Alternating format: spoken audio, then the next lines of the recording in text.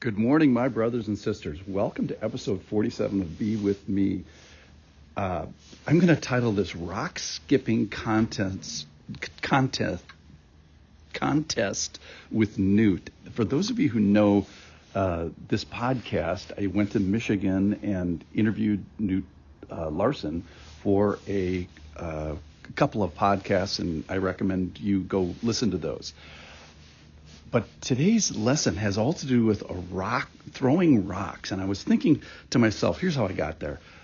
When is the last time I threw a rock? And it was we were on a beach on Lake Michigan, and we were on a walk before we had done the podcast. And one of us said, let's have a rock skipping contest. So you decide to have a rock skipping contest, but you don't instantly throw a rock. So there's this space of time. Now think about this. We had to find rocks. We had to move and posture into rock throwing position.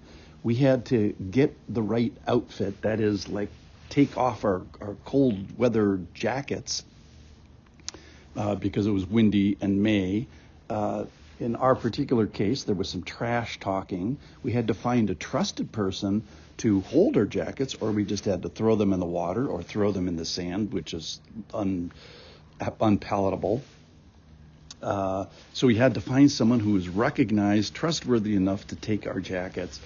And then after finding rocks and getting ready and posturing, and then we had to launch the rocks. Well, and humility, by the way, prevents me.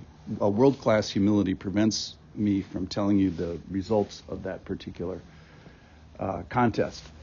But here's the point.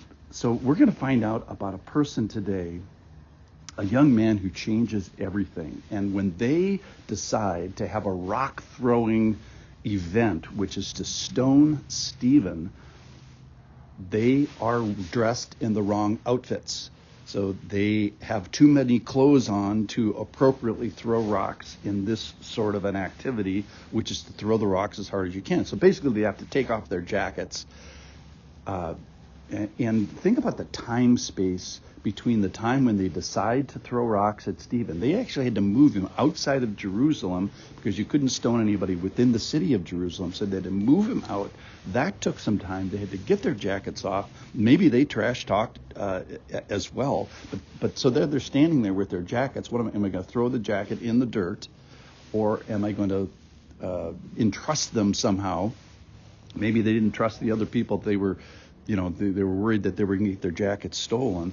So the person that we're talking about today, Saul, name changes eventually to Paul, it's the same person, is the person that's entrusted with taking care of the garments. So this is a young man who changes everything. He turns out to be, if not the most influential human ever to have lived, I can't think of another one. He has incredible personal change. I can't wait to talk about it. He goes from sort of evil to humble and good. He goes from against God to for God. He lives his life on this planet, and suddenly he gets this interjection from another planet. He tears down the church, and he changes to building up the church.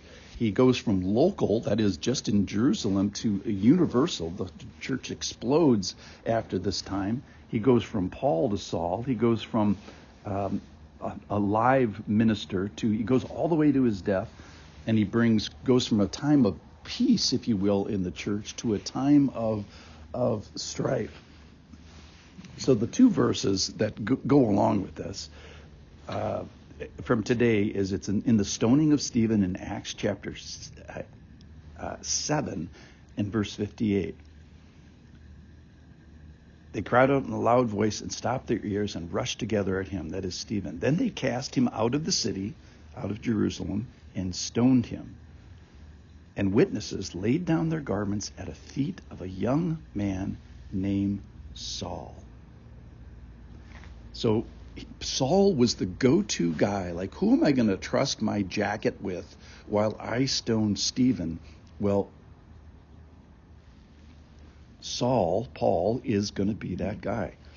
And then skip down to chapter 8, verse 1. And Saul approved of his execution. That is Stephen's execution. And then here, the rest of verse 8 is this explosion that we have been waiting for in this happy time in Jerusalem only. And there arose on that day a great persecution against the church in Jerusalem. And they were all scattered throughout the regions of Judea and Samaria, except the apostles. Now, Saul, who becomes Paul, remembers this event. He said, I persecuted this way. That was the name for the Christian church, the way. I persecuted this way to the death, binding and delivering to prison both men and women. That's from Acts chapter 22.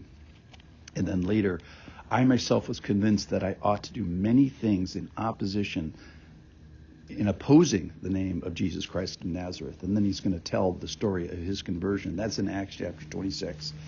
So here's my observation. This is a moment where a rising of the church's persecution happens, which sounds like bad news, but eventually turns out to be good day. And what did this particular day do for Paul? Well, he remembered it. He recalled it. He retold it. He rekindled it. And he kind of like goes over it in his mind, like, look, I was a sinner. In fact, I was a bad sinner. I killed people. I killed Jesus in a sense, and I led people in the killing. But I was forgiven, and I am forgiven, and I have received great grace. So my encouragement to us is, don't be stuck at sin. Don't be stuck at awe. Bring it home. Ask for help. Say, I believe, and be baptized. And let's today think about this moment between the time and the trustworthiness of Paul, where they decide to have a rock-throwing event, a stoning of Stephen. And they decide that Paul's the guy that's going to hold the jackets or protect the jackets during the meantime. That's the kind of guy that this Paul was. And we're going to find a whole chapter of persecution, and then we're going to find Paul's conversion, and then everything changes in Acts. So let's throw rocks, or don't throw rocks today, but let's believe, let's be baptized, let's do the right thing for the Lord. I'll see you tomorrow. Thanks for listening to my rock skipping / throwing story.